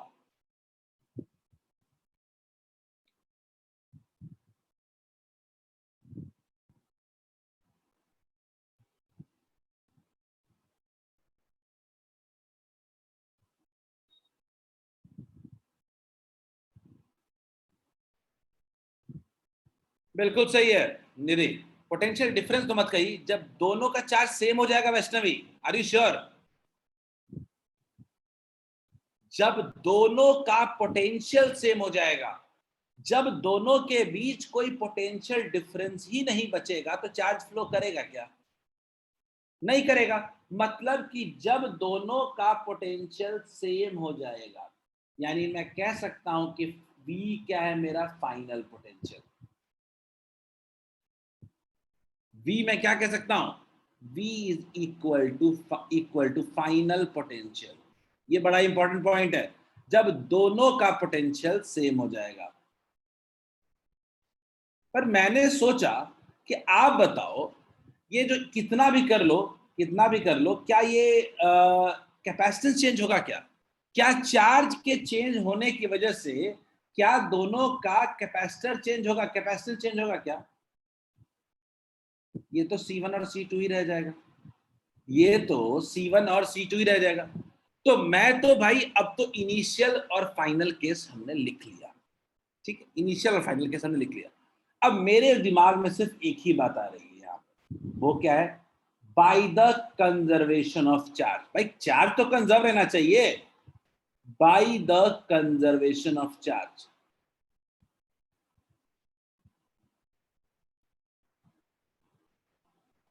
Conservation of charge, मैं तो कहूंगा ना कि चार्ज तो कंजर्व होना चाहिए। सिद्धांत ने सवाल पूछा है, सर किस मीडियम से दोनों, कोई भी कंडक्टर से कनेक्ट कर दिया जो चार्ज को फ्लो करा सकता है। सिद्धांत, हमने ऐसा कुछ भी डायरेक्ट कांटेक्ट ही कर दिया ना सिद्धांत, डायरेक्ट कांटेक्ट कर दिया, मतलब किसी तरीके से चार्ज ट्रांसफर हो सके, डायरेक्ट कांटेक्ट में आ जाए, बस कंडक्शन करा सके। तो by the conservation of charge सबको पता है कि total Q initial must be equals to Q final. तो सबका दिमाग क्यू इनिशियल और क्यू फाइनल पे जाना चाहिए। क्यू इनिशियल अगर मैं बोलूं, क्यू इनिशियल सबको पता है क्या हो जाएगा, Q1 प्लस Q2, ठीक है। Q1 कितना हो जाएगा, अगर मैं बात करूं Q1 की, तो आपको भी पता है Q1 की अगर बात करूं तो क्या हो जाएगा, C1 into V1। Q equal to क्या होता है, CV होता है, प्लस कितना हो जाएगा, C2 इंटू V2। हम जानते हैं कि Q इक्वल्स टू क्या होता है, charge equals to C into V होता है। क्लियर है? तो Q1 प्लस Q2 कितना हो जाएगा, C1 V1 plus C2 V2। ये मेरा इनिशियल चार्ज हो गया। दूसरा, मेरा फाइनल चार्ज कितना होगा, फाइनल चार्ज मेरा कितना हो जाएगा। तो फाइनल चार्ज अगर देखें तो लिख सकते हैं C1V plus C2 into V। कोई दिक्कत हो तो बताना यहाँ पे। मैंने बोला कि फाइनल चार्ज जो होगा वो C1V1 अपना, हमने लिखा कि C1V1 प्लस C2V2। दूसरा में क्या बोला, C1V प्लस C2V। तो अगर मैं चार्ज को सिर्फ कंजर्व करा दूं यहाँ पे, तो क्या नहीं लिख सकते हम लोग C1V1 plus C2V2 equals to final कितना हो जाएगा, फाइनल हो जाएगा C1V plus C2 into V। तो अगर मुझे यहां से V निकालना है तो नहीं लिख सकते हैं क्या, C1V1 plus C2V2 divided by V common ले लिया तो क्या बच जाएगा, C1 प्लस C2। क्या ये फॉर्मूला सबको क्लियर है क्या? ये एग्जाम में ये डेरिवेशन नहीं आएगा, लेकिन ये फॉर्मूला बड़े काम का है। क्या सबको क्लियर है क्या? फाइनल पोटेंशियल क्या देख करके आप निकाल सकते हो क्या, आप सीधा सीधा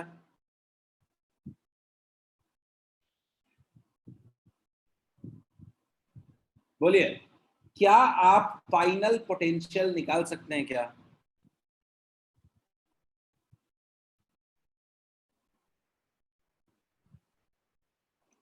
मुझे पहले आप इतना लिखो, पहले साफ साफ लिखो, समझने में कहीं कोई तकलीफ है तो पूछो, ठीक है।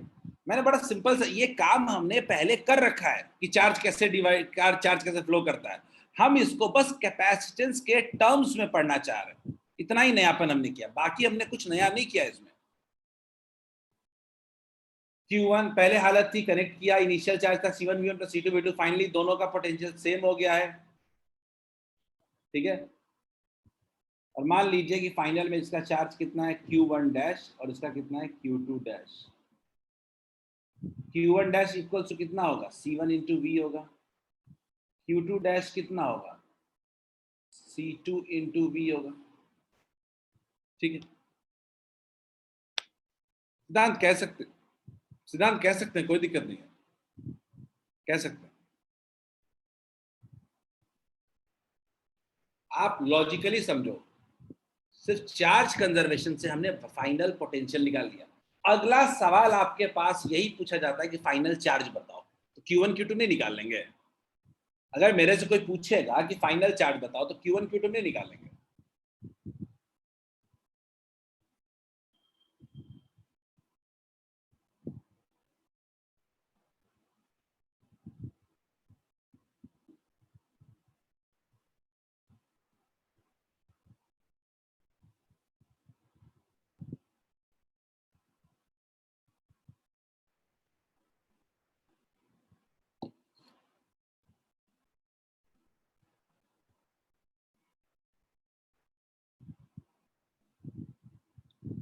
ठीक है, अगर मेरे से कोई यहाँ पे पूछेगा फाइनल चार्जेस,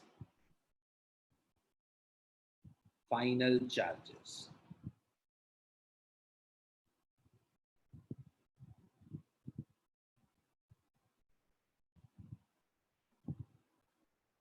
फाइनल चार्जेस,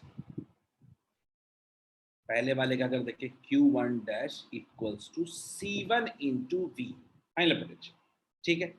और Q2 डैश कितना होना चाहिए, बिल्कुल वाजिब है, Q2 डैश कितना होना चाहिए, C2 इंटू वी। वी निकाल लिया तो सारा खेल खत्म है, वी निकाल लिया तो हमारे पास कुछ सोचने के लिए नहीं बचेगा।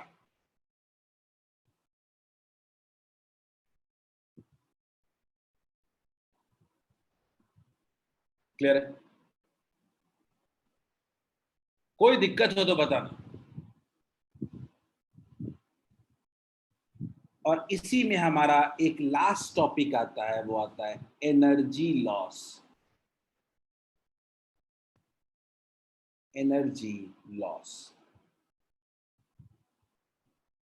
एनर्जी लॉस, ठीक है। क्या होता है एनर्जी लॉस, समझने की कोशिश। तो एक सवाल होता है ना कि हम लोग अपनी इनिशियल एनर्जी को लिख लेते हैं पहले। इनिशियल एनर्जी कितना होता है, इनिशियल एनर्जी होता है initial energy of 1 plus initial energy of 2, कितना हो जाता है, हाफ C1 इंटू V1 का whole square plus half C2 into V2 का होल स्क्वायर, ठीक। अब मेरे पास आता है फाइनल एनर्जी। फाइनल एनर्जी कितना होता है, तो U फिर से U initial plus U1 plus U2 हो जाएगा।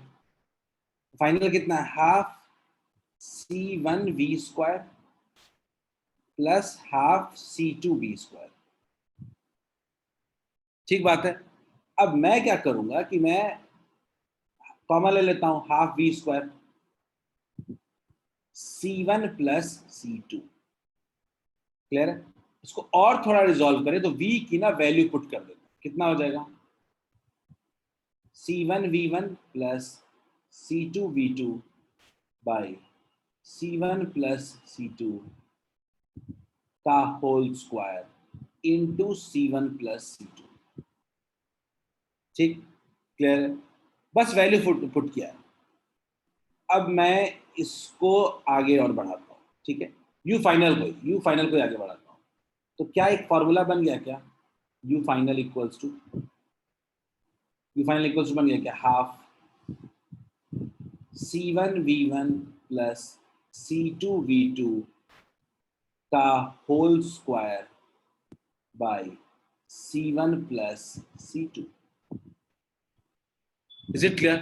अब यहां पे हमारे पास आता है चेंज। देखो इनिशियल और फाइनल दो एनर्जी, तो एनर्जी कहीं ना कहीं चेंज हुआ है। एनर्जी हमेशा कभी भी एक जगह से दूसरी जगह ट्रांसफर कर रहे हो चार्ज को तो एनर्जी का लॉस होता है। तो अगर मैं पूछूं कि एनर्जी का लॉस कितना हुआ है, डेल्टा यू इक्वल्स टू क्या हो जाएगा, लॉस मतलब इनिशियल माइनस फाइनल हो जाएगा, क्योंकि इनिशियल ज्यादा है फाइनल कम है, तो लॉस क्या हो जाएगा, you initial minus you final. तो मैंने यहाँ पे सब्ट्रैक्ट करने की कोशिश करता हूँ, you initial minus you final. तो मैं क्या करता हूँ, हाफ कॉमन रखता हूँ, C1 V1 का whole square plus C2 V2 का होल स्क्वायर, माइनस, फिर से हाफ हाफ रखना है, और C1V1 प्लस C2V2 का whole square by C1 plus C2। Clear है? इसका फाइनल फॉर्मूला भी याद रहेगा तो काम चलेगा। Adarsh, is it always be negative? भाई आदर्श बड़ा माइनस छोटा किया है तो कहां से नेगेटिव हो जाएगा? कॉमन सेंस यूज कर लो। मैं बोल रहा हूं लॉस कर रहा है तो इनिशियल ज्यादा है, फाइनल कम है, तो नेगेटिव कैसे हो जाएगा? पहले तो निकाला नहीं, अंदाजा लगा रहे हो। मैं कह रहा हूं कि इनिशियल माइनस फाइनल कर रहा हूं, मैं बोल रहा हूं लॉस कर रहा तो इनिशियल ज्यादा है, फाइनल कम है। खैर चलिए, हम डेरिवेशन को थोड़ा इलोंगेट करेंगे। डेरिवेशन आपको आना चाहिए कैसे आया है, ठीक है? तो मैं इस डेरिवेशन को कंटिन्यू कर रहा हूं, ठीक है? तो डेरिवेशन में मैं कॉमन ले लूंगा हाफ को, ठीक है? और एलसीएम ले लेता हूं C1 प्लस C2, एलसीएम ले रहा हूं C1 प्लस C2, ठीक है? तो C1 प्लस C2 हो जाएगा तो क्या हो जाएगा? C1 plus C2, C1 V1 का whole square plus C2 V2 का होल स्क्वायर माइनस माइनस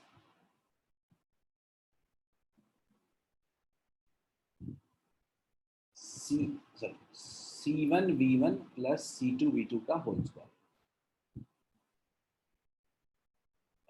ठीक है?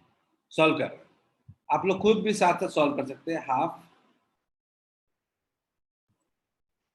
C1 प्लस C2 तो है ही अपने पास, ठीक है? सॉल्व करेगा तो कितना हो जा रहा है? C1 स्क्वायर V1 का होल स्क्वायर, ठीक है, प्लस C1 C2 V2 का whole square plus C2 C1 V1 का होल स्क्वायर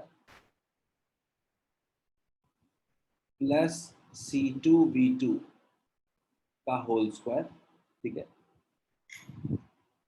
थोड़ा इसी को मैं अगर आगे बढ़ा दूं, इसी के पार्ट को देखूं, माइनस C1 स्क्वायर V1 का whole square minus C2 square V2 का whole square minus 2C1 C2 V1 V2, ये दोनों फैक्टर तो कैंसिल आउट हो गए, ठीक है? तो क्या बचेगा? हाफ, क्या बचेगा? हाफ, हाफ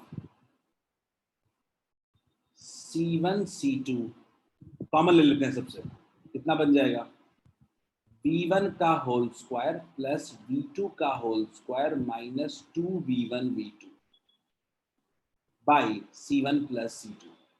तो जो फाइनल एनर्जी का लॉस आ रहा है वो होता है half C1 C2 by C1 plus C2 into V1 minus V2 का होल स्क्वायर। ये फॉर्मूला ऐसा है जो याद रह सकता है, ठीक है? एंड इस फॉर्मूले का याद रह सकता है, कोई मसला नहीं है, ठीक है?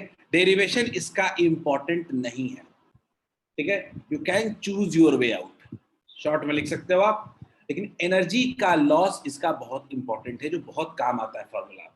क्लियर है? यानी याद रखना है कि जब चार्ज एक बॉडी से दूसरे बॉडी में ट्रांसफर होता है तो कुछ एनर्जी का लॉस होता है। क्लियर है? कुछ एनर्जी का लॉस होता है, डेल्टा यू, ठीक है? फॉर्मूला क्या होता है? Half C1 C2 by C1 plus C2 into V1 minus V2 का whole square. Is this clear? Is it clear to all of you?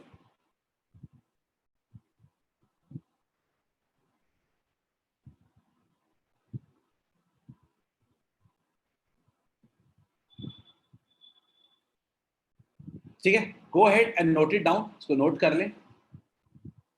बस इतना ही था। चार्ज का ट्रांसफर होता है तो पहले चार्ज ट्रांसफर निकालना, एनर्जी का लॉस, ये फॉर्मूला ही काम आता है अपने को, ये फॉर्मूला याद रहेगा, कभी क्वेश्चन, हमेशा क्वेश्चन बन जाएगा। लेकिन ये कहां से आया ये जानना बहुत जरूरी है, ठीक है? कि अगर आप क्वेश्चन के ट्विस्ट को हैंडल करना चाहते हो, you need to know the basics. कि वो कहां से आ रहा है। अदर्स क्लियर है?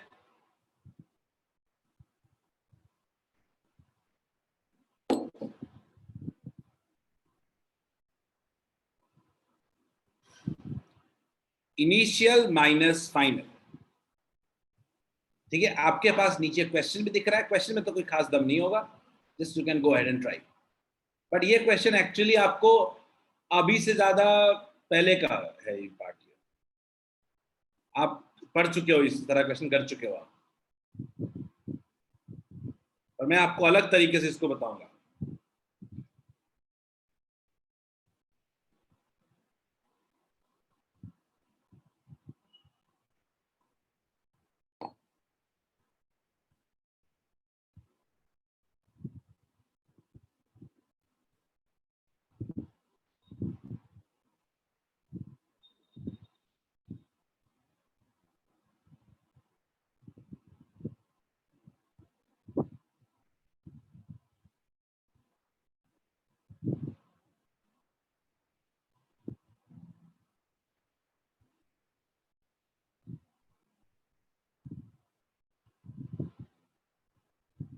आप इसको नॉर्मल तरीके से बना सकते हो बिना कैपेसिटर यूज किए हुए।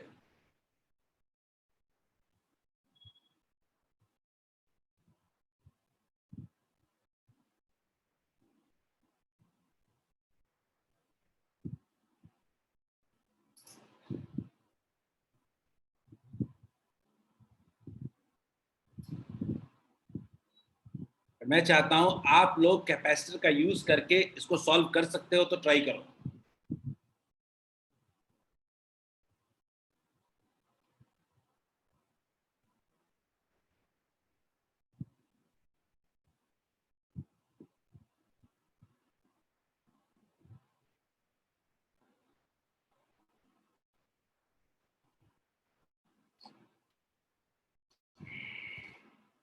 देखते हैं राघवेंद्र, आनंद, देखते हैं।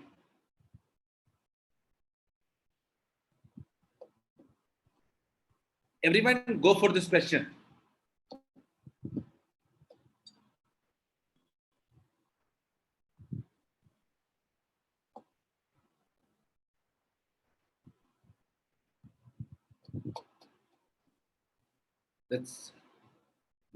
हमारे पास कुछ आंसर्स आए हैं, आप लोग ये पुराने मेथड से बोलते हो। आदर्श सिंह सी,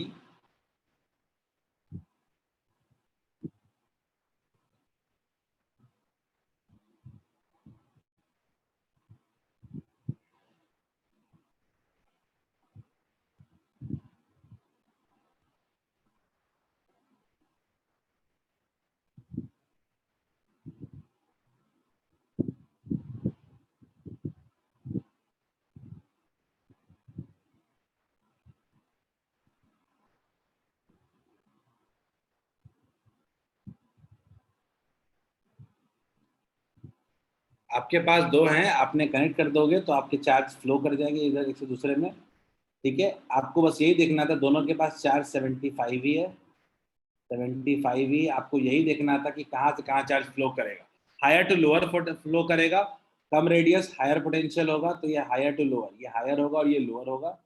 मान लीजिए यहाँ पे x कम गया और यहाँ पे x बढ़ गया, ये लॉजिक लगा रहे हो ना? क्या लॉजिक आदर्श ठीक लग रहा है? क्या यही लॉजिक लगा रहे हो क्या? एट फाइनल दोनों का पोटेंशियल V1 इक्वल्स टू क्या हो जाना चाहिए? V2, यानी K Q by R, यानी 75 minus x by 5 must be equal to K 75 plus x by 10। ठीक बात, K के कैंसिल हो गया, कितना हो गया? ये 2 टाइम्स हो गया, तो 2 यानी 150 minus x equals to 75 plus x equals to 2x equals to,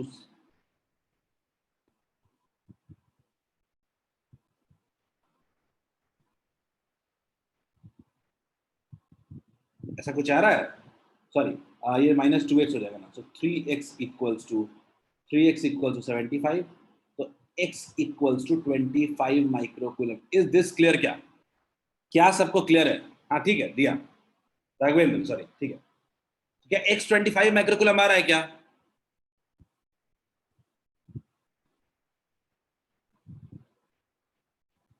X25 microcoulomb आ रहा है क्या, ठीक है, और वो भी कहां से कहां ट्रांसफर हो रहा है, लोअर टू हायर। ये एक तरीका हो गया जो आपने यूज किया। क्या यही तरीका यूज किया क्या सबने? क्या सबने ये मेथड, सबको समझ में आया क्या? ये मेथड हमने कंडक्शन में पढ़ा था। किसी को भी कोई दिक्कत है इसमें बताओ? लेकिन मेरा इस मेथड में कोई इंटरेस्ट नहीं है, मेरा इस मेथड में कोई इंटरेस्ट नहीं है। मैं दिखाता हूं क्या हम इसको कैपेसिटर से बना सकते हैं क्या, कैपेसिटेंस यूज कर करके। लेट्स सी, देखते हैं।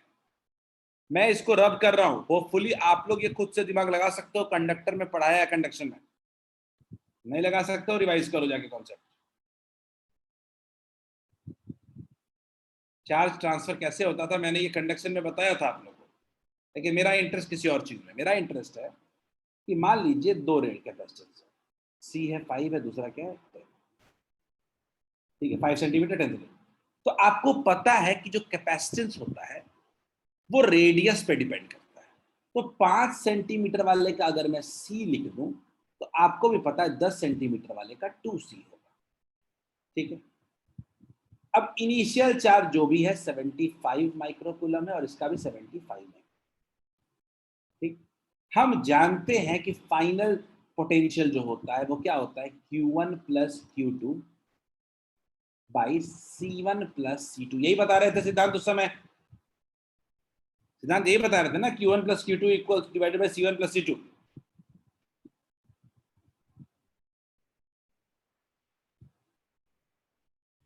तो Q1 प्लस Q2 कितना हो जाएगा?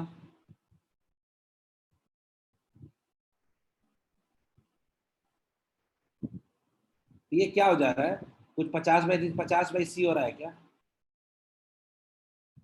तो अगर मैं बोलूं कि Q1 डैश कितना होगा तो क्या बोलोगे, C/C1/V क्या हो जाएगा, C/50/C। कैंसिल हो गया क्या? तो कितना बच रहा है इसके पास, 50 माइक्रोकूलम बच रहा है क्या? फाइनल चार्ज कितना बच रहा है, 50। तो कितना कम हुआ है बता दो, क्या नहीं निकाल लोगे कितना कम हुआ है चार्ज? एवरीवन बताइए, is this clear to all of you? दूसरा, Q2 डैश अगर कोई पूछे मेरे से, तो Q2 डैश में दिमाग क्या लगाना, टोटल चार्ज कितना था। Q2 डैश अगर पूछ रहा है तो दिमाग क्या लगाना, 150 माइक्रोकूलम माइनस 50 कितना हो जाएगा, 100 माइक्रोकूलम। दूसरे वाले में 25 बढ़ गया है, यहाँ 25 घट गया, दूसरे में 25 बढ़ गया, तो हम निकाल नहीं लेंगे चार्ज कैसे ट्रांसफर हुआ है। तो क्या हम इस कैपेसिटेंस मेथड से भी इसको सॉल्व कर सकते हैं क्या? वो मेथड जो आपने लगाया वो बिल्कुल सही है, एक और मेथड हम आपको देने की कोशिश कर रहे हैं। क्लियर है सब लोग? शिवम, अरीज,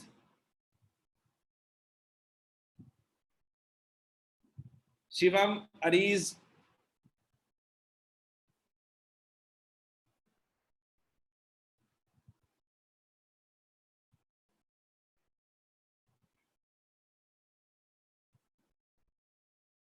हो गया?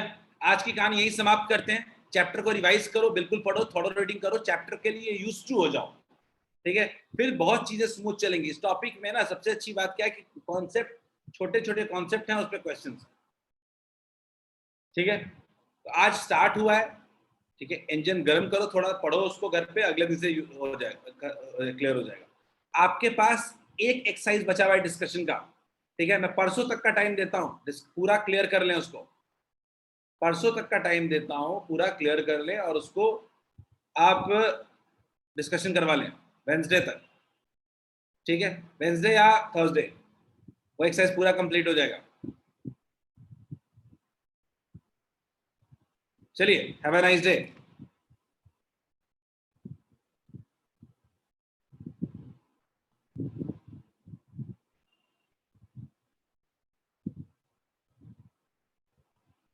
फिफ्टीन पॉइंट थ्री वैष्णवी नहीं हुआ है ना अभी, वो एक्सेस बचा हुआ है ना, कर लिया हो शायद आपने, बट बचा तो हुआ है डिस्कशन के लिए, उसको कर लेते हैं ना, फिर थोड़ा और टेस्ट की प्रिपरेशन करें फिर।